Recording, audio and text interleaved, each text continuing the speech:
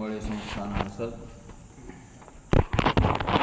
सर्व ग्रामस्थ मंडळीच्या वतीने श्रावण मासाच्या निमित्ताने भव्य दिव्य अशा प्रकारे शिवकथेचं आयोजन करण्यात आलेलं आहे. आणि या शिवकथेमध्ये मागलच्या भागामध्ये आपण 12 ज्योतिर्लिंगाची कथा श्रवण केली. प्रत्येक ज्योतिर्लिंगाची उत्पत्ती कशा प्रकारे झाली, त्याच्या पाठीमागचं काय कारण आहे, कोणती कथा त्याच्याशी जोडलेली आहे, अशा प्रकारचे 12 ज्योतिर्लिंगाची कथा आपण आतापर्यंत ऐकली. आजच्या कथेमध्ये सूतजी महाराज भगवान विष्णूला शंकरांच्या कृपेने सुदर्शन चक्राची प्राप्ती कशा प्रकारे झाली ती कथा सांगतात.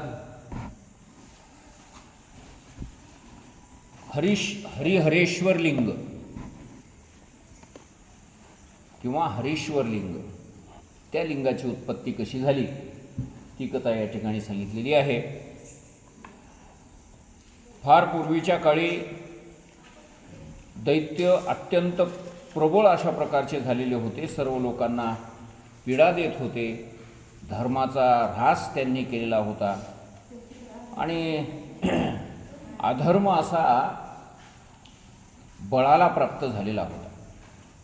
आणि अशा त्या काळी सगळ्या देवांचं रक्षण व्हावं, धर्माचं रक्षण व्हावं, प्रजेचं रक्षण व्हावं म्हणून भगवान विष्णूकडे धाव घेतली. आणि भगवान विष्णूंनी त्यांना सांगितलं की बुवा काही हरकत नाही, चिंता करू नका, मी या सर्व असुरांचा दैत्यांचा नाश करण्यासाठी काही विशेष प्रयत्न करणार आहे, तुम्ही आपल्या घरी परत जा. सगळे देव परत गेल्याच्या नंतर भगवान विष्णू शंकरांची आराधना करायला लागले. आणि भगवान शंकराची आराधना कैलास पर्वतावर जाऊन कैलासाच्या सन्निध बसून भगवान शंकराच्या 1000 नामाचा उच्चार करत करत दररोज शंकराची पूजा करणे, अशा प्रकारचं त्यांनी तप करायला सुरुवात केली. आणि एका एका नामाबरोबर एक एक कमळाचं फूल महादेवाच्या पिंडीवर त्यांनी वाहायचं. आणि अशा प्रकारे दररोज पूजा करत असताना अनेक दिवस गेले, अनेक वर्ष गेले. आणि त्यानंतर भगवान विष्णूच्या भक्तीची परीक्षा बघण्याकरता म्हणून भगवान शंकरांनी मनामध्ये आणलं आणि एक दिवस एक फूल त्यातलं चोरून घेतलं. 1000 फुलापैकी एक कमळाचं फूल कुठंतरी लपवून टाकलं भगवान शंकरांनी. आणि त्याचा पत्ता भगवान विष्णूला काही लागला नाही. आणि मग शेवटी 999 फुलं अर्पण केले आणि एक फूल कमी पडलं. आता काय करावं, तर भगवान विष्णू त्या फुलाचा शोध घ्यायला लागले. आणि ते फूल शोधता शोधता सर्व पृथ्वी त्यांनी शोधून काढली, पण ते फूल काही त्यांना कुठं सापडलं नाही. शेवटी आपली ही पूजा अर्धवट राहील, आता अपूर्ण राहील. आणि म्हणून पुन्हा ते त्या शिवलिंगाच्या जवळ आले. आणि डोळ्याला सुद्धा नेत्रकमळ असं म्हणतात. आणि त्यांनी आपला एक डोळाच काढला आणि फूल म्हणून भगवान शंकराच्या पिंडीवर अर्पण केलं. आणि त्याबरोबर भगवान शंकर प्रसन्न झाले आणि म्हणायला लागले की मीच ते फूल चोरलं होतं तुमची परीक्षा बघण्याकरता, आणि तुम्ही स्वतःचं नेत्रकमळ त्या फुलाच्या मोबदल्यात समर्पण केलंय, तर मी प्रसन्न आहे तुमच्या या भक्तीवर, तुमच्या या तपश्चर्येवर. सांगा तुम्हाला काय वरदान पाहिजे. आणि त्यावेळेस भगवान विष्णू म्हणतात की मला काय पाहिजे हे मी सांगण्याची काय गरज आहे, तुम्ही सर्वज्ञ आहात, तुम्हाला सर्व माहितीच आहे. पण तुमची आज्ञा झालेली आहे की सांगा काय पाहिजे, काय इच्छा आहे मनामध्ये, तुमची आज्ञेचं पालन करायचं म्हणून मी सांगतो की दैत्यांचा सुळसुळाट झालेला आहे, असुर लोकांचा सुळसुळाट झाला आहे. आणि त्यांनी धर्म पार लगे रसातळाला नेऊन घातलेला आहे, अधर्म फोफावलेला आहे. आणि अशा परिस्थितीमध्ये सर्व देवलोक दुःखी झालेले आहेत. आणि त्या असुरांचा नाश करण्याकरता माझ्याजवळ जे शस्त्र आहेत ते शस्त्र उपयोगी पडत नाहीत. आणि म्हणून असं एखादं शस्त्र मला द्या की जे शस्त्र वायाला कधी जाऊच नये. ते शस्त्र त्याचा वापर केल्याच्या नंतर ज्या कामासाठी त्याचा वापर केला आहे ते काम करूनच त्यानं परत यावं, अशा प्रकारचं एक शस्त्र द्या. आणि त्यावेळेस भगवान शंकरांनी एक दिव्य शस्त्र अशा प्रकारे भगवान विष्णूला अर्पण केलेलं आहे. आणि त्या दिव्य अशा प्रकारच्या शस्त्राचं नाव आहे सुदर्शन चक्र, की जे भगवान विष्णूच्या नेहमी हातामध्ये राहते. चक्र, गदा, पद्म अशा प्रकारचे आयुध ज्या भगवान विष्णूच्या हातामध्ये राहतात. तर ते जे चक्र आहे भगवान शंकराकडून प्राप्त झालेलं आहे. आणि अशा प्रकारे श्रीहरीने ते चक्र आपल्या हातामध्ये घेतलं आणि सर्व असुरांचा संहार केला, धर्माची पुन्हा स्थापना केली आणि सर्व देवलोक, सर्व मानवलोक पुन्हा सुखी झाले. धर्म नष्टप्राय झाला आणि अधर्म नष्टप्राय झाला आणि धर्म पुन्हा पूर्वस्थितीवर आला. अशी ज्यावेळेस कथा सांगितले सूतजी महाराजांनी, त्यावेळेस बाकीचे सर्व ऋषी म्हणायला लागले की हे सूतजी महाराज, आपण सर्वज्ञ आहात. तर ज्या 1000 नावाच्या द्वारा भगवान विष्णूने शंकराची पूजा केली, एका एका नावाला एक एक कमळ अर्पण केलं, ते 1000 नावं कोणते ते नावं आम्हाला सांगा. आणि त्यावेळेस सूतजी महाराजांनी ती नावं सांगायला सुरुवात केली. श्रूयतांभो ऋषिश्रेष्ठा येन तुष्टो महेश्वरः तदहं कथयाम्यद्य शैवम नाम सहस्रकम. सूतजी महाराज म्हणतात की श्रूयतांभो ऋषिश्रेष्ठा, हे श्रेष्ठ ऋषींनो तुम्ही ऐका. येन तुष्टो महेश्वरः, ज्याच्या योगाने महेश्वर संतुष्ट झाले, भगवान शंकर संतुष्ट झाले. तद अहम कथयामी अद्य, आता मी तुम्हाला ते सांगणार आहे की शैवम नाम सहस्रकम, शिवाचे नाम सहस्रक म्हणजे महादेवाचे सहस्रनाम मी तुम्हाला सांगणार आहे, ती तुम्ही ऐका, लक्षपूर्वक ऐका. असं म्हणून ते नावं सांगायला सुरुवात केली.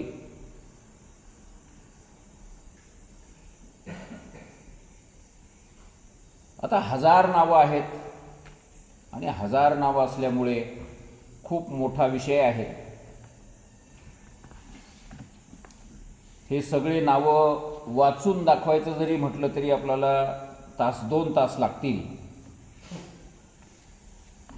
म्हणून या सगळ्या नावाचं सुरुवातीचा श्लोक आपण बघू आणि शेवटचा श्लोक बघू, म्हणजे सगळेच नावं त्याच्यामध्ये आलं असं होऊन जाईल.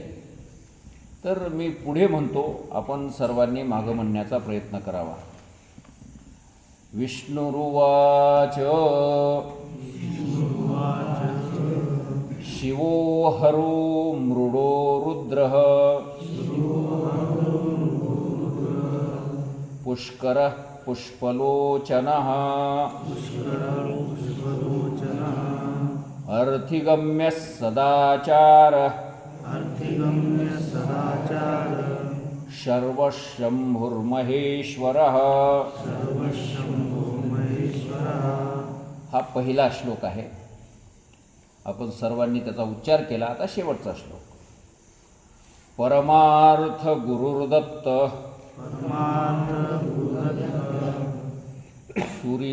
सुरीराश्रितवत्सलः सोमो रसज्ञो रसदः सर्वसत्त्वावलंबनः. तर अशा प्रकारे हे 2 श्लोकाचा आपण उच्चार केला. म्हणजे सुरुवातीचे 11 नावं आणि शेवटच्या श्लोकामध्ये वर्णन केलेले 1, 2, 3, 4, 5, 6 नावं असे मिळून 11 आणि 6 17 नामाचा आपण उच्चार केला आणि यामध्ये असलेले सर्व हजारच्या हजार नावं आपण उच्चार केल्याचं पुण्य आपणा सर्वांना प्राप्त व्हावं असे मी भगवान शंकराचे चरणी प्रार्थना करतो आणि पुढच्या प्रकरणाला आपण सुरुवात करूया. तर अशा प्रकारच्या ह्या नामाचा उपदेश सूतजी महाराजांनी त्या ऋषीमुनींना सर्वांना केलेला आहे. आणि जे कोणी या 1000 नावाचा उच्चार दररोज करतात, भगवान शंकराची पूजा करत असताना करतात आणि पूजा करता करता ज्या काळामध्ये जे फुलं उपलब्ध असतील त्या काळामध्ये ते फुलं भगवान शंकराला समर्पित करून पूजा करतात, त्यांच्या सर्व प्रकारच्या कामना पूर्ण होतात, त्यांना मोक्ष प्राप्त होतो, त्यांची कोणतीही इच्छा अपूर्ण राहत नाही. अशा प्रकारचं फळ या ठिकाणी सांगितलेलं आहे. भगवान शंकराबद्दलची भक्तीसुद्धा त्याला प्राप्त होते, शेवटी सायुज्य मोक्ष त्याला प्राप्त होतो. अशा अनेक फलश्रुती या ठिकाणी सांगितलेलं आहे. हे जे स्तोत्र आहे या स्तोत्राच्या उच्चाराने सर्व प्रकारचं कल्याण त्या श्रोत्याचं किंवा स्तोत्र उच्चारण करणाऱ्याचं होत असतं असं वर्णन आहे. सर्व प्रकारचे त्याचे रोग नाहीसे होतात, विद्या प्राप्त होतात, धन प्राप्त होतं आणि त्याचे अभिष्ट इच्छा ज्या काही आहेत त्याही सर्व प्राप्त होतात. हे पुण्यजनक आहे आणि भगवान शंकराची भक्ती प्राप्त करून देणारं अशा प्रकारचं हे स्तोत्र आहे. शेवटी सायुज्य मोक्षसुद्धा या स्तोत्राच्या द्वारा प्राप्त होऊ शकतो अशा प्रकारचं याचं फळ सांगितलेलं आहे. आणि ही कथा या ठिकाणी सूतजी महाराजांनी पूर्ण केलेली आहे. आणि पुन्हा म्हणतात की हे ऋषींनो, तुम्हाला अजून काय ऐकायचं आहे तर ते तुम्ही मला विचारा, मी तुम्हाला सांगायला तयार आहे. आणि त्यावेळेस त्या सर्व ऋषींनी विचारलं की हे सूतजी महाराज, आपल्याला सर्व कथा माहिती आहेत, आपण सर्व पुराणाचे ज्ञाते आहात, व्यास महाराजांचे शिष्य आहात, तर भगवान शंकरांना प्रिय असलेले असे कोणकोणते व्रत आहेत त्या व्रताची थोडीशी आम्हाला माहिती द्या. कोणत्या व्रताचं आचरण आम्ही करावं, कशा पद्धतीनं करावं, पूर्वी कोणी त्या व्रताचं आचरण केलं आहे काय आणि त्याला कोणत्या प्रकारच्या फळाची प्राप्ती झाली, अशा प्रकारचा प्रश्न विचारला असता सूतजी महाराज त्या प्रश्नाचं उत्तर सांगण्याकरता म्हणून 10 प्रकारचे व्रत त्यांनी सांगितलेले आहेत. त्यालाच दशशैव व्रत असं म्हटलेलं आहे. महादेवाला प्रिय असलेले 10 प्रकारचे शैव व्रत आहेत. ते कोणकोणते आहेत तर त्याचं सविस्तर या ठिकाणी वर्णन केलं आहे. मुख्यत्वाने महादेवाला सोमवार धरणारे माणसं प्रिय असतात म्हणून. सोमवार जे माणसं धरतात नेमाने, रात्रीच्याला सोमवार सोडतात, दिवसभर काही खात नाहीत, नाहीतर फराळाच्या निमित्तानं चरणारे आणि रात्रीच्याला पुन्हा अजून तडसून खाणारे, असं सोमवारचं व्रत करणारे महादेवाला आवडत नाही. तर दिवसभर पूर्णपणे उपवास करणारे आणि रात्रीच्याला सोमवार सोडणारे, भोजन करणारे, अशा प्रकारचे जे कोणी लोक असतील ते भगवान शंकराला या व्रताचं आचरण करणारे लोक आवडतात. त्यानंतर त्रयोदशीचा उपवासही करायला सांगितलेला आहे आणि वद्य त्रयोदशी त्यामध्ये विशेष महत्त्वाची सांगितलेली आहे, म्हणजे दर महिन्याला येणारी शिवरात्री. तशी तर एकच शिवरात्री आहे, महाशिवरात्री. पण महाशिवरात्री ही माघ वद्य त्रयोदशीच्या दिवशी येते आणि म्हणून सर्व त्रयोदशीच्या दिवशी त्या व्रताचं अनुष्ठान करायला हरकत नाही असंही सांगितलेलं आहे. त्याच्यानंतर अष्टमीच्या दिवशीसुद्धा भगवान शंकराच्या निमित्ताने उपास धरायला सांगितलेला आहे, व्रताचं आचरण, भगवान शंकराची पूजा वगैरे करायला सांगितलं आहे.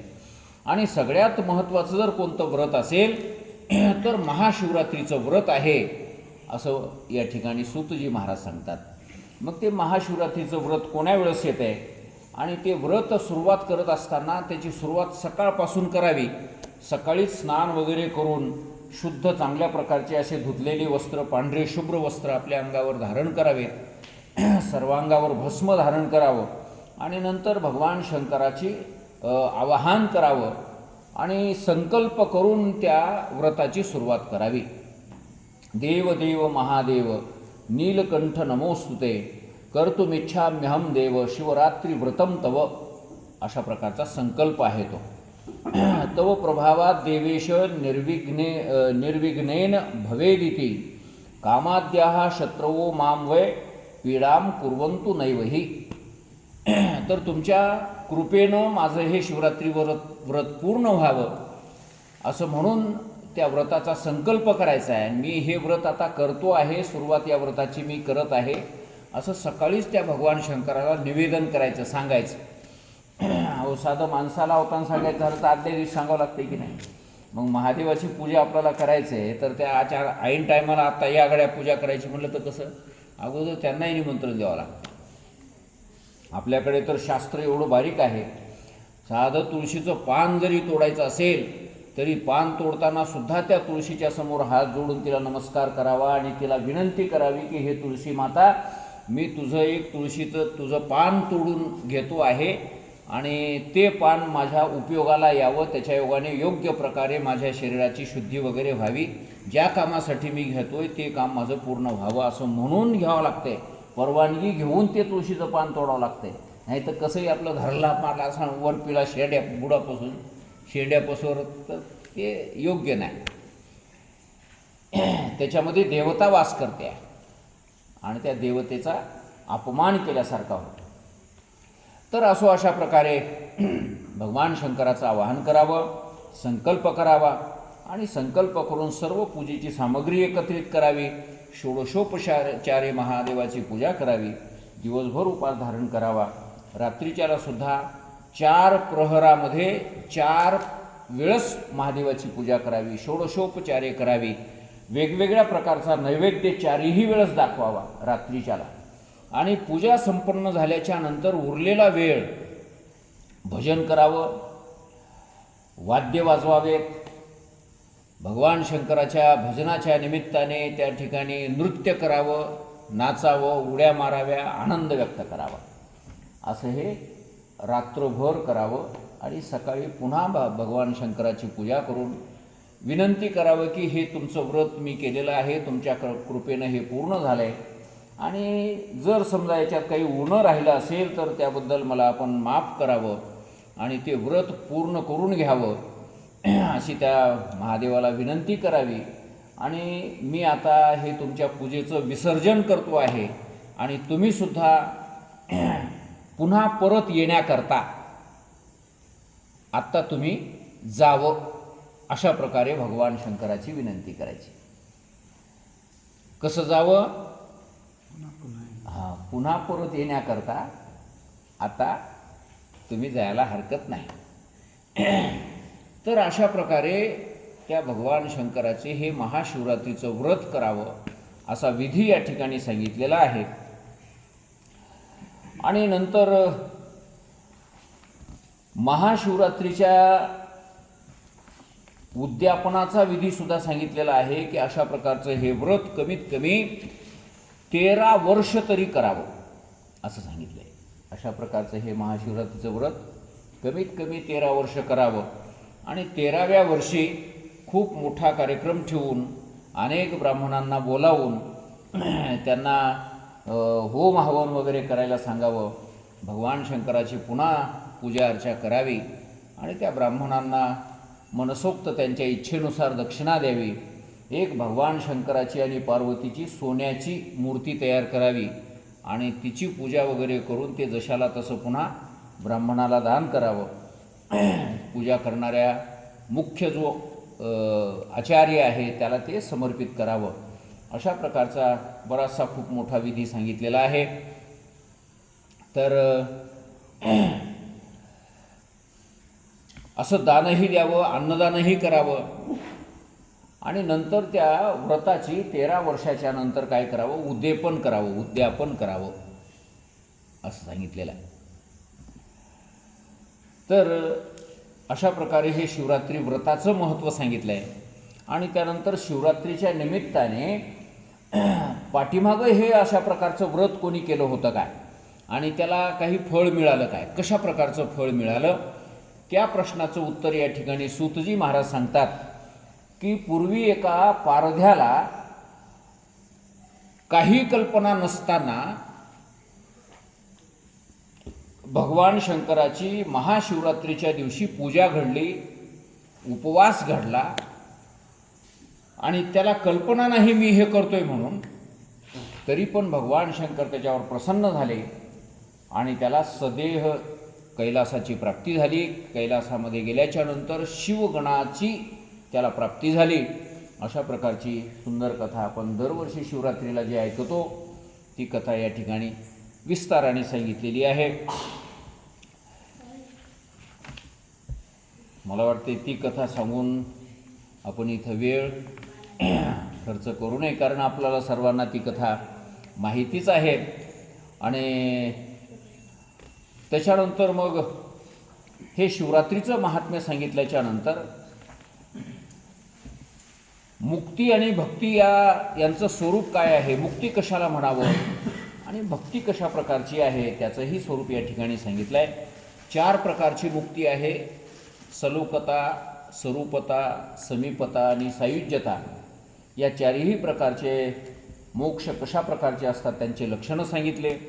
आणि ह्या मोक्ष प्राप्त करून देण्याचं सामर्थ्य कोण्या साधनात आहे, तर ते भक्तीमध्येच सामर्थ्य आहे असं सांगून भक्ती कशी असावी तर त्या भक्तीचेही अनेक प्रकार या ठिकाणी सांगितलेले आहेत.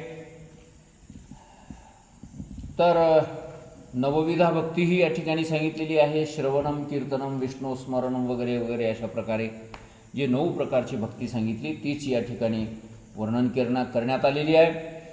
आणि नंतर विहित भक्तीमध्ये अजूनही काही भेद वगैरे सांगितलेले आहेत. एक वैधी आहे आणि एक स्वाभाविकी आहे. त्यामध्ये वैधी भक्तीपेक्षा स्वाभाविकी भक्ती जी आहे ती श्रेष्ठ आहे असं सांगितलेलं आहे. वैधी या शब्दाचा अर्थ विधीने केलेली भक्ती आणि स्वाभाविकी म्हणजे अंतःकरणातून मनातून स्वभावसिद्ध केलेली भक्ती.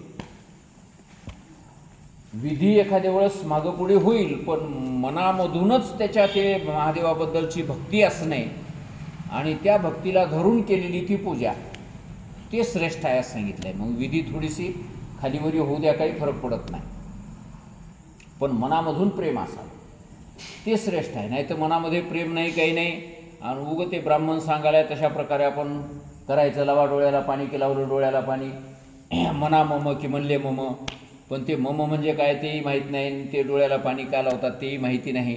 बरं, जरी माहिती नसलं तरी मनामध्ये त्या महादेवाबद्दलचं कुठल्याही प्रकारचं प्रेम नसेल, भक्ती नसेल अंतःकरणामध्ये, तर ती नुसती विधीने केलेली भक्ती काही कामामध्ये येत नाही, तर आत प्रेम असावं. तर अशा प्रकारे वैधी भक्तीपेक्षाही स्वाभाविकी भक्ती श्रेष्ठ आहे असं वर्णन करण्यात आलेलं आहे. आणि त्यानंतर भगवान शंकराचं, विष्णूचं, रुद्राचं आणि ब्रह्मदेवाचं स्वरूप काय आहे त्या स्वरूपाचंही विवेचन या ठिकाणी केलं आहे. आणि नंतर तत्त्वज्ञान, शिवासंबंधीचं तत्त्वज्ञान काय आहे त्याचंही वर्णन या ठिकाणी केलेलं आहे. आणि शिवसंबंधी जे तत्त्वज्ञान आहे तो वेदांताचाच भाग बराचसा आहे, कारण एक शिवतत्व हेच खरं तत्व आहे. शिवाशिवाय दुसरा कोणताही देव नाही. जे आहेत ते सगळे शिवानेच रूप धारण केलेले आहेत आणि म्हणून देव जर कोणता असेल तर फक्त एक शिव आहे. अशा प्रकारचं तत्त्वज्ञान या ठिकाणी सांगितलेलं आहे. आणि तुम्ही आम्ही सर्वजण त्या शिवाचेच रूप आहोत आणि म्हणून आपणही शिवस्वरूपच आहोत. अहम ब्रह्मास्मी अशा प्रकारचा बोध प्रत्येक शिवभक्ताला असावा. मी शिवस्वरूपच आहे. शिवोहम शिवोहम हे जे शंकराचार्यांनी सांगितलं आहे तो बोध आपल्यालाही प्राप्त व्हावा. तर निश्चितच तो बोध प्राप्त झाल्याबरोबर शिवस्वरूपाची माणसाला प्राप्ती होते. अन्यथा संपूर्ण सृष्टी समाप्त झाल्याच्या नंतर, कल्पांत झाल्याच्या नंतर सगळं जग तर शिवस्वरूप होणारच आहे, शिवापेक्षा बाजूला कुठं जाणारच नाही. पण त्या प्रसंगी शिवस्वरूप होणं वेगळं आणि आज या तत्त्वज्ञानाच्या द्वारा शिवस्वरूपाची प्राप्ती होणं हे वेगळी. तर हा आनंद यावेळेस आपल्याला भोगता येतो. जीवनमुक्तीचा आनंद भोगता येतो, विदेहमुक्तीचा आनंद भोगता येतो. तर म्हणून ही तत्त्वज्ञान प्राप्त होऊन प्राप्त झालेली जी मुक्ती आहे, मोक्ष आहे, तो श्रेष्ठ मोक्ष आहे अशा प्रकारचं वर्णन केलेलं आहे.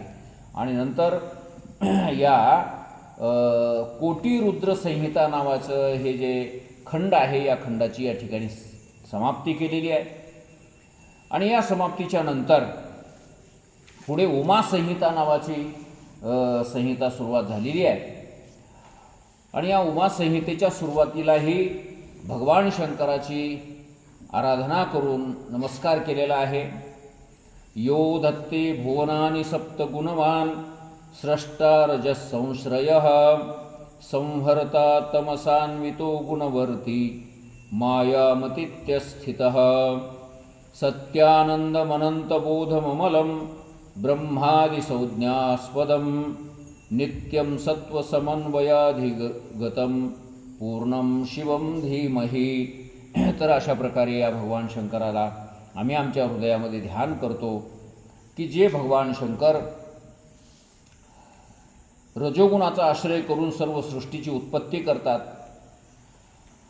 तमोगुणाचा आश्रय करून सर्व सृष्टीचा संहार करतात, सत्वगुणाचा आश्रय करून सर्व जगाचं पालनपोषण करतात, अशा प्रकारचे जे सत्य स्वरूप आहेत, आनंद स्वरूप आहेत, अनंत स्वरूप, बोध स्वरूप, अमल स्वरूप आहेत, ब्रह्मादी संज्ञास्पदम, ब्रह्म इत्यादी अशा प्रकारच्या संज्ञा ज्याला प्राप्त झालेल्या आहेत, असे नित्यम सत्व समन्वयाधिगतम, नित्य सत्व समन्वयाधिगत असलेले भगवान शंकर, त्या भगवान शंकराला पूर्णम शिवम धीमहि, त्या पूर्ण शिवाला आम्ही आमच्या हृदयामध्ये धारण करतो, ध्यान करतो.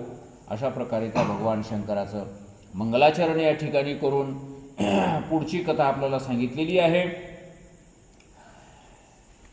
आणि ती कथा आहे भगवान कृष्ण परमात्म्याची.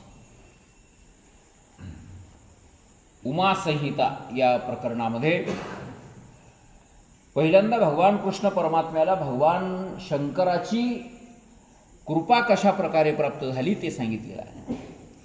असं सांगतात की भगवान कृष्ण परमात्म्याचं लग्न झालं, लग्न झाल्याच्या नंतर 1-2 वर्ष मध्ये गेले, पण मुलबाळ काही झालं नाही.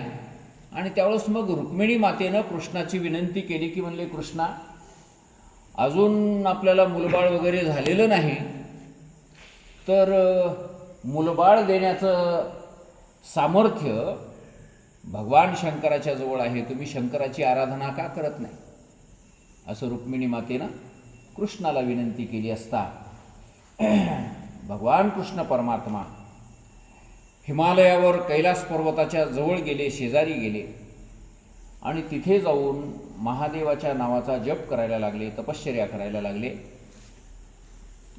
आणि तपश्चर्या करत असताना त्या ठिकाणी उपमन्यू नावाचे एक ऋषी त्यांची भेट झाली. आणि उपमन्यू ऋषींनी भगवान कृष्ण परमात्म्याला सांगितले की महादेवाची उपासना कशी करावी. मग त्यांच्याकडूनच शिवदीक्षा घेतली भगवान कृष्ण परमात्म्याने. शिवदीक्षा घेऊन विधीपूर्वक ओम नमः शिवाय या मंत्राचा जप करायला सुरुवात केली. आणि भगवान शंकर प्रसन्न झाले. भगवान शंकर आणि पार्वती माता त्या ठिकाणी प्रगट झाले. आणि प्रगट झाल्याच्या नंतर दोघांनी विचारलं, तुमची काय इच्छा आहे सांगा, काय तुमचं मनोरथ पूर्ण करायचं आहे. त्यावेळेस भगवान कृष्ण परमात्म्यांनी सांगितलं, माझी काही इच्छा नाही म्हणले, पण आमच्या रुक्मिणीची इच्छा आहे की तिला मुलबाळ व्हावं. आणि त्यावेळेस भगवान शंकर म्हणायला लागले की तिची इच्छा म्हणजेच तुमची इच्छा. ठीक आहे म्हणले, काही हरकत नाही, होऊन जाईल. पूर्वी जो कामदेव मी जाळून भस्म केलेला आहे, तो कामदेवच पुत्र रूपाने तुमच्या पोटी जन्म घेणार आहे. आणि अजून एक पोरग तुम्हाला होणार आहे, ते प्रत्यक्ष सूर्याचा अंश असेल आणि सांब असं त्याचं नाव असेल. सांब नावाचा एक मुलगा तुम्हाला होणार आहे आणि तो सूर्याचा अंश असेल आणि सूर्याची भक्ती करणारा असेल. आणि खरंच तो सांब पुढे सूर्याची भक्ती करणारा झाला. सूर्याचं मंदिर त्यानं स्थापन केलं आणि त्या सूर्याची पूजा करण्याकरता योग्य प्रकारे ब्राह्मण आपल्या भारत देशामध्ये कुठं त्याला मिळेना गेले. आणि त्यामुळे त्याने आफ्रिकेमध्ये जाऊन आफ्रिकेतल्या ब्राह्मणांना आपल्या देशामध्ये आणलं. अशा प्रकारचा इतिहास सांगण्यात येतो.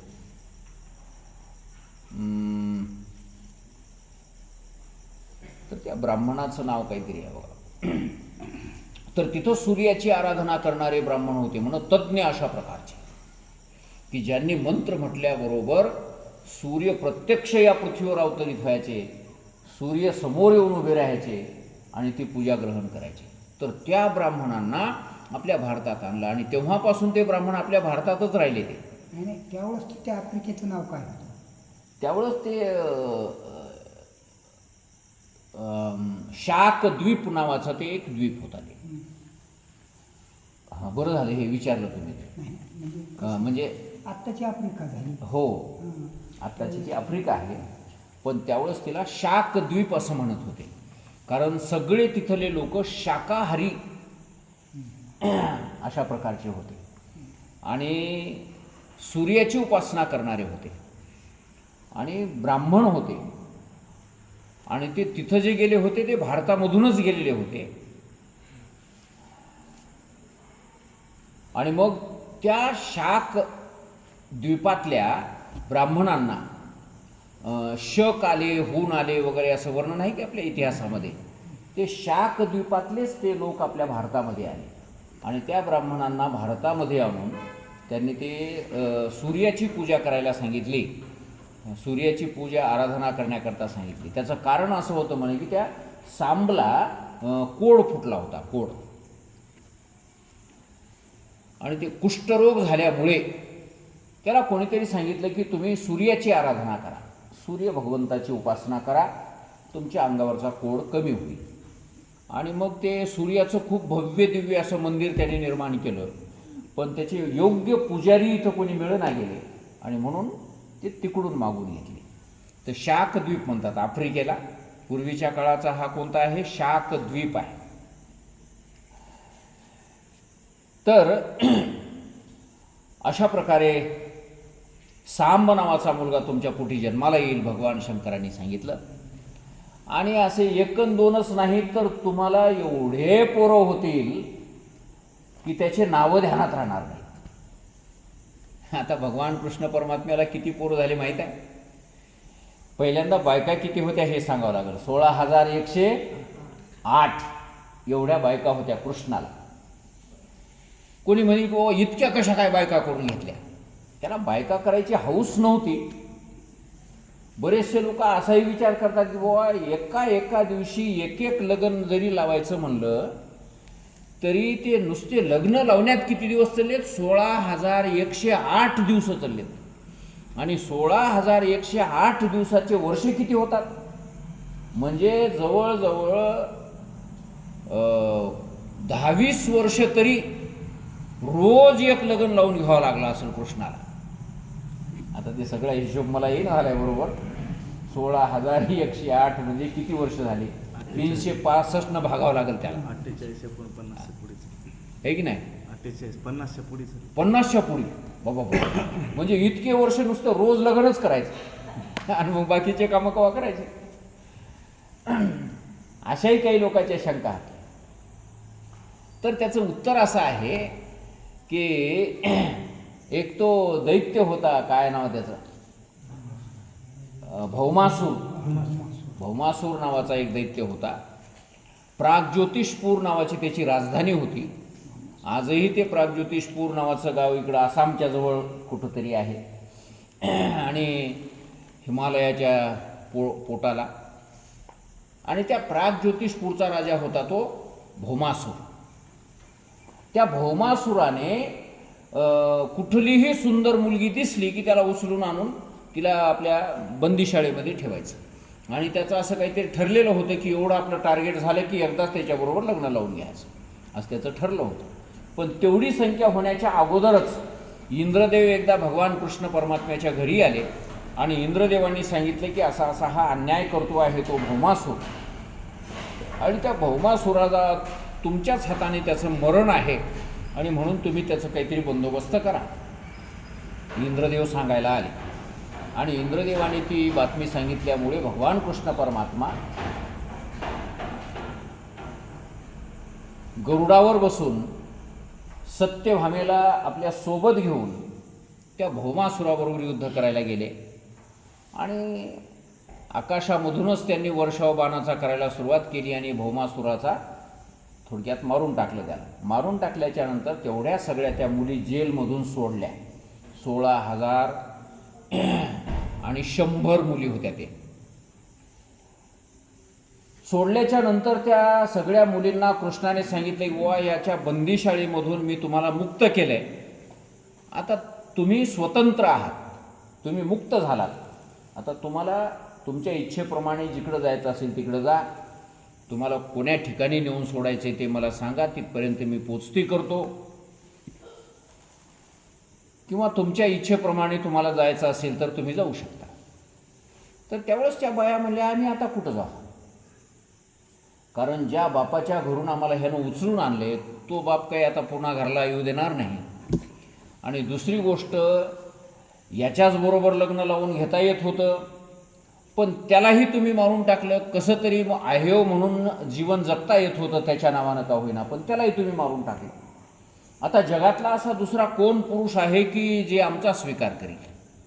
सगळे लोक काय म्हणतील, किंवा त्या भौमासुरानं या मुलीला पळवून नेलं होतं आणि मग आता त्यांना पळवून नेलेल्या मुलीबरोबर आम्ही कसं काय लग्न करा, अशा प्रकारे शंका घेतील बाकीचे इतर लोक. आणि म्हणून आम्हाला जगातला दुसरा कोणी स्वीकार करणार नाही कृष्णा, तर आमची एक विनंती आहे की आमच्या सगळ्या मुलींच्या बरोबर तुम्ही लग्न लावून घ्या, तर आम्हाला माना सन्मानानं या जगामध्ये जगता येईल, आहेव स्त्री म्हणून जगता येईल, सुवासिनी स्त्री म्हणून जगता येईल, अन्यथा आम्हाला मरणाशिवाय दुसरी गती नाही. अशा प्रकारे ज्यावेळेस त्या सगळ्या मुली बोलायला लागल्या त्यावेळेस भगवान कृष्ण परमात्म्याच्या जवळ सत्यभामाई संगच होती. तिला विचारलं का आता काय करायचं? बरं, 1 नाही 2 नाही, पहिल्या घरी 8 हाता, हे 16,000 आणि 100, आणि पहिल्या घरी 8 हाता, आता काय करायचं? सत्यभामेला ते लेडीज फर्स्टवाला ते फॅट तिच्या डोसक्यामध्ये शिरलं आणि ती म्हणायला लागली, हे बघा, बाईचं काय दुःख असते ते मला माहिती आहे, कारण मी स्वतः बाई आहे आणि ह्या बाया जे बोलतात ते अगदी सत्य आहे, आणि म्हणून ते काही विचार करायचा नाही. तुम्ही या सगळ्या मुलींच्या बरोबर तुम्ही लग्न लावून घ्यायचं, यांना असं वाऱ्यावर सोडायला जमणार नाही तुम्हाला, कारण मी जशी बाई आहे तशाच ह्या सुद्धा बाया, आणि म्हणून यांनाही मानानं जीवन जगण्याचा अधिकार मिळाला पाहिजे. हे असं बायाची बाजू कोणी घेतली? सत्यभामेने घेतली. आणि कृष्ण म्हणले, बाबा चला ठीक आहे. आणि मग सगळ्या 16,100 त्या मुलींच्या बरोबर एका मांडवात आणि एका दिवशी कृष्णानं लग्न लावून घेतलं. तुम्ही म्हणसाल 16,108 दिवस लावले, नाही.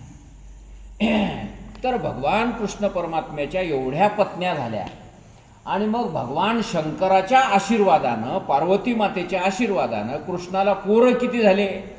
तर प्रत्येक बायकोला 10-10 पोरं झाली. किती झाली रे सांगा आता?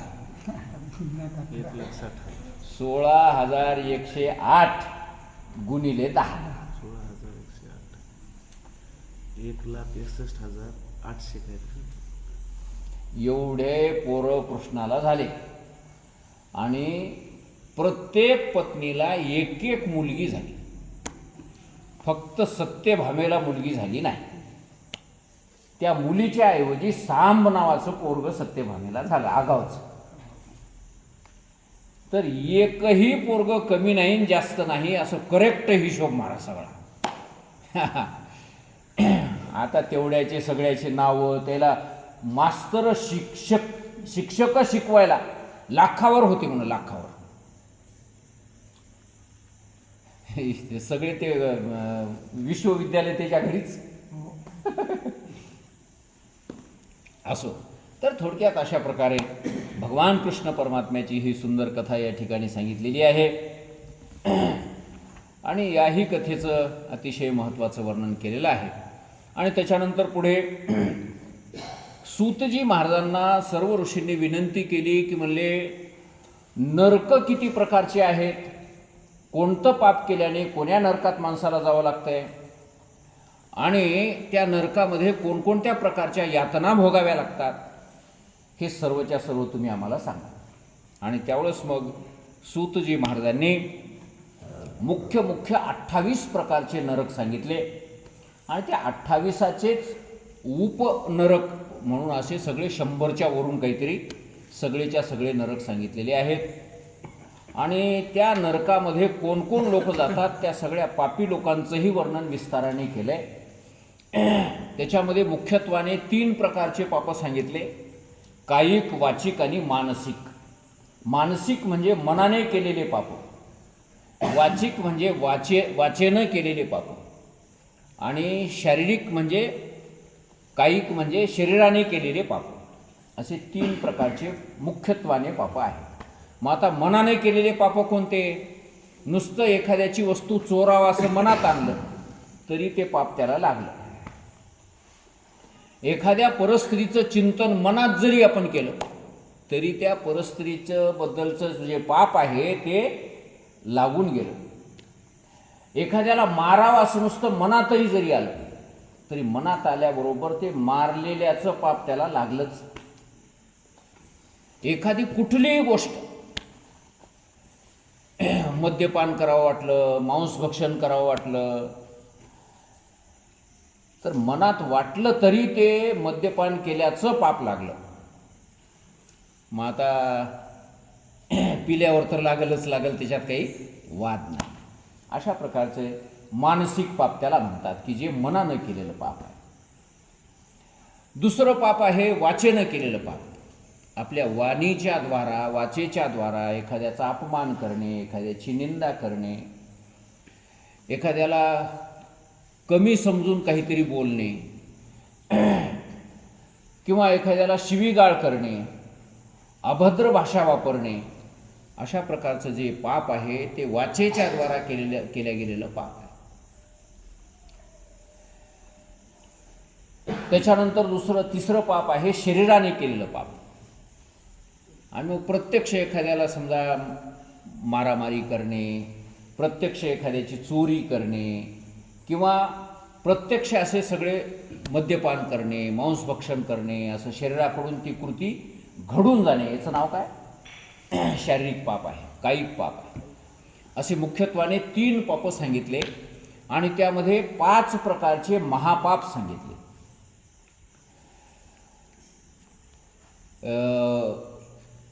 ब्रह्महत्या, सुरापानम, गुरुवंगनागमः म्हणजे ब्राह्मणाची हत्या करणे, मद्यपान करणे, गुरुपत्नीशी गमन करणे, सोन्याची चोरी करणे, 4 झाले, आणि या 4घाची संगती करणे, हे 5वं पाप. म्हणजे ब्रह्महत्या करणाऱ्या माणसाच्या संग राहणे, ते संग राहणाऱ्यालाही तेच पाप लागते. गुरुपत्नीशी गमन करणाऱ्याच्या संग राहणे तरी त्याला तेच पाप लागते. दारू पिणाऱ्याच्या संग राहणे, नुसता संग राहतो म्हणला, महाराज आम्हाला राहावं लागतं इकड्या म्हणला, त्याच्या संग राहतो पण आपण काही कधी बाटलो नाही, तर संग राहणाऱ्यालाही ते पिलेल्याचं काय लागते? पाप लागते. महापाप आहे ते, महापाप. ते कोण्या गंगत आंघोळ केल्यानं जाईना, ते कशानंच जाईना ते. तर अशा प्रकारचे हे महापाप. आणि सोनं चोरणे, ह्या 4 लोकांच्या संग राहणारा तोही तेवढाच पापी आहे. आणि मग त्याच्याशिवाय मग बाकी इतर सगळे चालर चिलर पाप आहेत. तर हे सगळे पाप करणाऱ्याला कोणती गती प्राप्त होती? त्याला यमपुरीच्या कोण्या रस्त्याने जावं लागतं, त्या रस्त्यावर काय काय अडथळे निर्माण झालेले असतात, कसे कसे प्रकारचे ते रस्ते आहेत, वगैरे वगैरे सगळं विस्ताराने वर्णन करण्यात आलं आहे. त्याच्यात सांग थोडं ते लई विस्तार होऊन जाईल, त्याचं मोठंच्या मोठं होऊन जाईल ते. मोठा आता शेवट आता उद्या म्हणजे ते आशीपत्र वन आहे, तलवारीची धार असल्यासारखे ते जंगल, त्या झाडाला पानं असतात, त्या जंगलामधून जावं लागतं उघडं नागडं होऊन. किंवा तापलेली वाळू आहे, अशी लाल बुंद तापलेली लोखंडासारखी झालेली लाल बुंद, त्याच्यावरून त्याला अनवाणी पायानं चालत जावं लागतं आहे. ते वैतरणी नावाची एक नदी रस्त्यामध्ये यमपुरीच्या अगोदर लागते म्हणून. यमपुरी म्हणजे इकडच्या दिशेला आहे म्हणून, दक्षिण दिशेला. दक्षिण दिशेला यमपुरी आहे म्हणून दक्षिणेकडं पाय करून कधी झोपू नये, दक्षिणेकडं तोंड करून काहीच करायचं नाही, जेवण करायचं नाही, पूजा करायची नाही, तिकडं पाय करून झोपायचं नाही. दक्षिण दिशा ही सर्व कामासाठी वर्ज्य. घराचं तोंडसुद्धा दक्षिण दिशेला असू नये. जरी समजा एखाद्या वेळेस नाविलाजानं करावं लागलं तरी ते दरवाजा कधी उघडायचा नाही, ते दरवाजा नेहमी लावूनच असला पाहिजे. अशा प्रकारे दक्षिण दिशा ही नरकाची दिशा आहे असं वर्णन करण्यात आलं आहे. आणि भयंकर अशा प्रकारची ती यात्रा आहे. मध्ये वैतरणी नावाची एक नदी लागते, त्या नदीमध्ये पापी लोकांना तशा प्रकारच्या त्या यातना भोगाव्या लागतात. पाठीमागे ते यम टोचितच राहतात त्यांना, आणि त्या यमपुरीमध्ये गेल्याच्या नंतर अनेक प्रकारच्या यातना त्यांना भोगाव्या लागतात. असो, ज्यांच्या डोळ्याकडून पाप झालंय त्यांच्या त्या डोळे असे टोचणारे, एवढाले लांब लांब चोंची असलेले पाखरं राहतात म्हणून वरून असे त्या डोळ्यामध्ये ते आपली चोंच मारतात. काही काही कुत्रे लांडगे असे त्याच्या अंगावर सोडण्यात येतात. महाराज आपल्याला ते इथं मसनवट्यात जातात की हां, मग वर डोळे कुठले आले आपले इकडे डोळे जळून गेले. हो बरोबर आहे. हां हे स्थूल शरीर या ठिकाणी जळून जाते, पण त्या यमपुरीमध्ये जात असताना एक अंगुष्ठ मात्र शरीर मिळते असं वर्णन आहे. असं ना. हां, एक अंगठ्या एवढं शरीर त्याला मिळते आणि ते त्या शरीराला त्या ठिकाणी ती यातना भोगायला मिळते. त्याला सूक्ष्म शरीर म्हणतात. सूक्ष्म शरीर ते वेगळं, ते असं म्हणजे दिसण्यासारखं नसते. ते सूक्ष्म शरीर म्हणजे 5 ज्ञानेंद्रिय, 5 कर्मेंद्रिय, पंचप्राण आणि एक अंतःकरण असे हे 16 तत्व मिळून त्याला सूक्ष्म शरीर म्हणतात. पण या 16 तत्वापैकी एकही आपल्याला ते यातना त्याला देता येणार, त्याला एक शरीरच धारण करावं लागते. शरीरात घातल्याशिवाय त्याला सुखही देता येणार आणि दुःखही देता येणार. चेतना, हां चेतनाच ना. हां, म्हणजे ते आहे, सूक्ष्म शरीर आहे, पण त्याला जर सुख किंवा दुःख द्यायचं जर असेल तर त्याला हे स्थूल शरीर एक घ्यावंच लागतं. जसं ह्या वायरमध्ये करंट असते, पण हे उपकरण बसवल्याशिवाय, पंखा बसवल्याशिवाय त्या करंटचा वापर आपल्याला करून घेता येत नाही. त्याला पंखा तरी बसवा, नाही तर मग ते बल्ब तरी बसवा, कोणतंही त्याला यंत्र एखादं बसवा, उपकरण बसवा, तर त्याचा त्या करंटचा आपल्याला वापर करून घेता येते. तसं सूक्ष्म शरीर म्हणजे करंटासारखं आणि स्थूल शरीर म्हणजे या उपकरणासारखं. तर अशा प्रकारे तिथे एक अंगुष्ठ मात्र अशा प्रकारचं शरीर मिळते आणि त्या शरीराला ते सर्व प्रकारच्या यातना त्या ठिकाणी दिल्या जातात. असं वर्णन गरुड पुराणामध्ये सुद्धा खूप विस्ताराने वर्णन करण्यात आलेलं आहे. तर असो, तर असं हे नरकाचं मोठं भयानक वर्णन करण्यात आलं आहे. आणि म्हणून थोडक्यात त्याचा अर्थ असा आहे की माणसाने सर्व प्रकारच्या पापापासून नेहमी दूर राहावं, पाप करण्याचा प्रयत्न करू नये, मनातही आणू नये, आपल्याकडून पाप घडावं असं कधी वाटू नये, वाईट गोष्टीचं चिंतन माणसाने मनात सुद्धा करू नये, वाचेनं अशा वाईट गोष्टी उच्चारण करू नये. जी वाचा आपल्याला भगवंताचं नामस्मरण करण्याकरता दिली, जे नामस्मरण उच्चारण केलं असता अगणित पुण्य प्राप्त करून देणारी वाचा आहे, आणि त्याच वाचेनं आपण दुसऱ्याची निंदा करावी. काय मिळणार आहे त्या निंदेच्या द्वारा? काही मिळणार नाही. दुसऱ्याला जर शिव्या द्यायच्या ठरल्या तर काय आपल्याला लाभ आहे त्या शिव्या देण्यामुळं? शिव्या देत असताना काय होतंय, पहिल्यांदा आपल्या मनात शिवी आणावं लागते, नंतर ती तोंडातून उच्चार करावं लागते, आणि नंतर त्या पुढच्या माणसानं घेतली तर घेतली, नाही तर ते म्हणला कोणाला द्यायला की म्हणला मला काय करायचं. मग आता ते शिव्या कुठे जातील? ती शिव्या उलट आपल्याकडेच येतात. ज्याला कोणीच घ्यायला मिळणार गेला ते शिव्या पुन्हा परत आपल्याकडे येतात.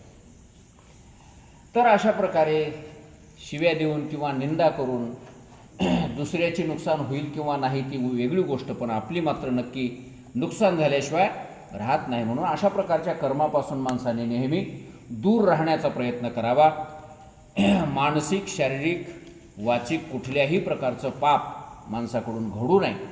आणि जर समजा एवढंही प्रयत्न करून जर समजा एखादं घडलंच असेल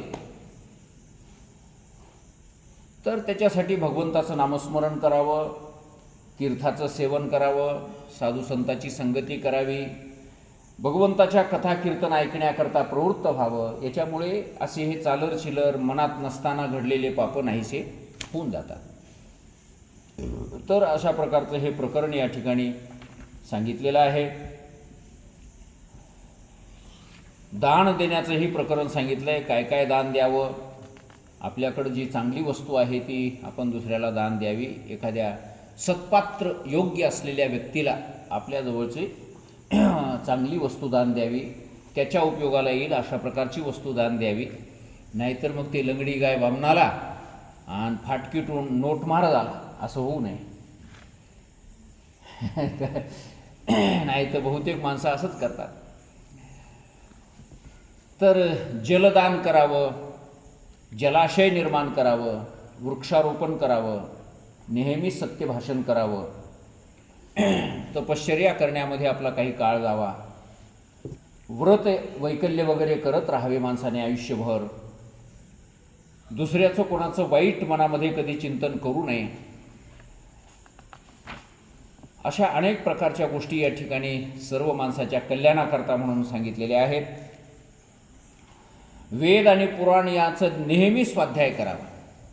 वेदाचं वाचन करावं, अभ्यास करावा, पुराणाचं श्रवण करावं, पुराण ऐकत राहावेत, पुराणाचं वाचन करत राहावं. त्याचप्रमाणे वेगवेगळ्या प्रकारचे दानं आपल्या हातून घडावेत. भगवान शंकराची पूजा अर्चा आपल्याकडून घडावी, नामस्मरण घडावं, भक्ती घडावी. आणि सगळ्यात मोठा जर काही कोणता उपाय असेल सगळ्या पापातून मुक्त होणारा तर भगवान शंकराचं नामस्मरण हाच एक सगळ्यात मोठा उपाय आहे. अशा प्रकारचं या ठिकाणी वर्णन केलं आहे. आणि त्यानंतर या ठिकाणी पार्वती मातेनं भगवान शंकराला प्रश्न विचारलेला आहे की हे भगवान शंकर, एखाद्या माणसाचा मृत्यू जर जवळ आला तर त्यानं आपला मृत्यू जवळ आला आहे हे कशावरून ओळखावं, त्याचे काय चिन्ह आहेत ते कृपा करून मला सांगा. तर त्यावेळेस भगवान शंकरांनी खूप विस्ताराने हे सर्व प्रकारच्या चिन्हाचं वर्णन या ठिकाणी केलेलं आहे. तर बऱ्याचशा गोष्टी मरणाच्या अगोदर आपल्याला काही सूचना या प्रकृतीकडून मिळत असतात. आणि त्या सूचना आपल्या जर लक्षात आल्या, ते जर आपण ध्यानात ठेवल्या तर आपल्याला अगोदर काही दिवस मरण कळू शकते. आणि जर अगोदर काही दिवस आपल्याला मरण कळालं तर निश्चितच आपण आपला मृत्यू चांगला घडवू शकतो. कारण परीक्षिती राजाला 7 दिवस अगोदर मरण कळालं होतं आणि त्याचा परिणाम चांगला झाला की त्याला मोक्ष प्राप्त झाला, उद्धार झाला त्याचा. खटवांग नावाचा एक राजा होऊन गेला. त्या खटवांग राजाला तर 1 घंटा अगोदर मरण कळालं होतं. तो इंद्रदेवाच्या वतीने एका राक्षसाबरोबर युद्ध करायला गेला आणि त्या राक्षसावर विजय मिळवला. राक्षसाला मारून टाकलं या खटवांग नावाच्या राजाने. आणि मग इंद्रदेव प्रसन्न झाला आणि म्हणले, खटवांग राजा, मी तुमच्यावर प्रसन्न आहे म्हणले. हे फार मोठा आमचा शत्रू तुम्ही मारून टाकला, तर काय इच्छा आहे तुमची सांगा. तर त्या खटवांग राजानं विचारलं, बाबा माझं मरण कशा पद्धतीने आहे आणि किती दिवसाला आहे, अजून कालावधी माझ्या मरणाचा किती राहिला आहे ते मला सांगा. माझं मरणच मला कळून घ्यायचे म्हणले तुमच्याकडून. आणि त्यावेळेस इंद्रदेवाने सांगितलं, काय नाही म्हणले, अजून 1 घंटाभरच तुमचं मरण शिल्लक आहे, अजून 1 घंट्याला तुम्हाला मृत्यू येणार आहे. आणि त्या एकाच घंट्यामध्ये त्या शूराने स्वतःचं मरण चुकवलं. महाराज भगवंताची भक्ती केली, सर्वस्व त्याग केला आणि भगवंताच्या चरणावर आपलं सर्व जीवन समर्पित केलं आणि 1 घंटाभर त्या भगवंताचं ध्यान चिंतन मन लावून केलं. आणि त्याच वेळेस त्याला नेण्याकरता म्हणून वैकुंठाहून लोक आले. त्या राजाचा उद्धार झाला. आजामिळाचंही तसंच झालं. मरता मरता भगवंताचं नामस्मरण त्याच्या तोंडाला आलं आणि त्याचा उद्धार झाला. म्हणून मरण अगोदर कळणं हे चांगलीच गोष्ट आहे आपल्या, आहे की नाही. धोंडा पायाला लागण्याच्या आधी धोंडा कळलेला बरा की, नाही तर पायाला ठेस लागली, रक्त भळभळा निघाले, नंतर जो धोंडा कळाला तर काय काय काय काय उपयोग झाला तुझा. आंधळ्या माणसाचा पाय नालीमध्ये जातो, गुडघ्या इतका पाय त्या नालीतल्या चिखलाने भरतो आणि नंतर त्या आंधळ्याला वाटते अरे रे रे मला नाली आहे वाटते इकडे. आता नाली आहे वाटते हे कळालं त्या आंधळ्याला, पण केव्हा कळालं? पाय भरल्यावर कळालं. आता काय उपयोग आहे त्या नालीकडून. म्हणून हे घडण्याच्या अगोदर कळा. म्हणून मृत्यूचे असे काही चिन्ह या ठिकाणी सांगितलेले आहेत. भगवान शंकर म्हणतात, जर अचानक शरीर चहूबाजूने पांढरं किंवा जर पिवळं पडत असेल आणि वरवरून थोडं थोडं लालही जर दिसत असेल तर त्या माणसानं असं समजावं की 6 महिन्यावर आपला मरण येऊन ठेपलेला आहे. अचानक जर शरीर पिवळं पडू लागलं, पांढरं पडू लागलं, खोटं बिटं हे लाल चुटूक दिसू लागले असे ते जर समजा, तर 6 महिन्याच्या आत त्याचं मरण आहे असं समजायला हरकत नाही. जर समजा त्याचं तोंड, कान, डोळे आणि जीभ यांचं स्तंभन जर होत असेल,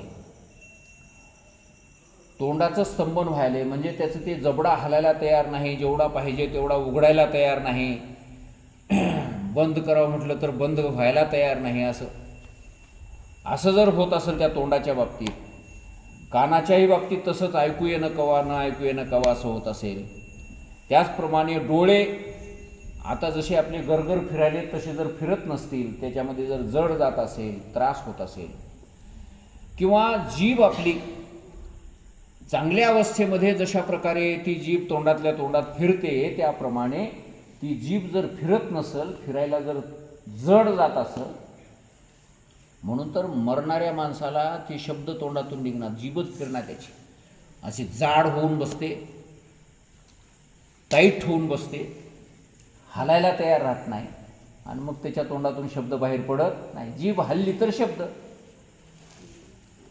म्हणून तर असंही वर्णन केलेलं आहे बुवा, ज्या माणसाला आपल्या जिभीचा शेंडा दिसते त्याचा अजून 6 महिने मरण येईना, आणि जर समजा जिभीचा शेंडा जर दिसना गेला, घरी जाऊन बघा, जिभीचा शेंडा जर दिसना गेला तर 6 महिन्यात आपलं मरण आहे असं नक्की समजायला हरकत नाही. कारण ते जीभ वगैरे जाम होत येत असते, हळूहळू ते टाईट बनत जात असते, जास्त बाहेर निघत नाही. तर अशा अनेक प्रकारचे असे लक्षणं सांगितलेले आहेत. ज्याला सूर्य, चंद्र त्याच्यापासून प्रगट होणारा प्रकाश जर दिसत नसेल, अंधकार जर दिसत असेल, दिवस निघाल्यावर झावळ जर दिसत असेल, तर समजावं की त्याचंही मरण 6 महिन्याच्या जवळपास आलेलं आहे असं म्हणायला हरकत नाही. ज्याचा उजवा हात जर समजा सारखाच फडफड करीत असेल, कमीत कमी 1 आठवडाभर, कधी करते की असं डोळ्यात फडफड करते माणसाचा, डकना हातच फडफड करतोय, उजवा हातच कधी करतोय, हे सगळं सांगू की नको? आता उद्या विचार करत बसतील सगळे. नाही तर काय, कोणी जीभच काढून बघत बसत, कोणी डोळ्यात फिरवीत बसत, डॉक्टर नाही तर काय. माहित नसलेलीच बरे. हो, माहीत नसलेलं बरं आहे. तर असे सगळे लक्षणं भगवान शंकराने सांगितलेले आहेत. जर समजा 1 सप्ताहापर्यंत, 1 आठवडा जर उजवा भाग जर फडफड करत असाल, बहुतेक तुम्ही ध्यान करून बघा, नेहमी डावचं अंग माणसाचं फडफड करते, पुरुषाचं, आणि बायाचं बहुतेक उजवं करीत असतं. आणि ज्यावेळेस गड्याचं उजवं करील त्यावेळेस धोका समजा, आणि जर बायाचं डावं करू लागलं तर मग धोका समजा. नाहीतर बाया म्हणतील उजवं महाराजांना सांगितलंय ते उजवं तर कवाय करायला त्याचं उलट होऊन बसून उलट होऊन बसव ते बायाचं गणित वेगळं राहतंय, पुरुषाचं गणित वेगळं. तर अशा प्रकारचे बरेचसे काही लक्षणं या ठिकाणी सांगितलेले आहेत. टाळू ज्या माणसाची सुकल्या जाते, कोरडी पडते टाळू, त्याही माणसाचं मरण जवळ आलंय असं म्हणायला काही हरकत नाही. 1 महिन्यापर्यंतच त्याचं मरण येऊ शकते असं सांगितलं आहे. आणि ज्याचं नाक नेहमीच वाहत असेल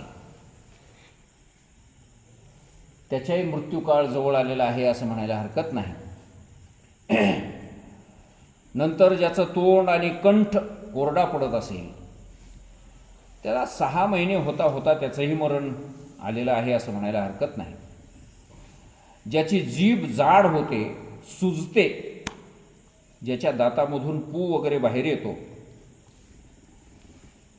अशा प्रकारचे जर लक्षणं आपल्याला पाहायला मिळत असतील तर त्याचंही 6 महिन्याच्या आत मरण येऊ शकते.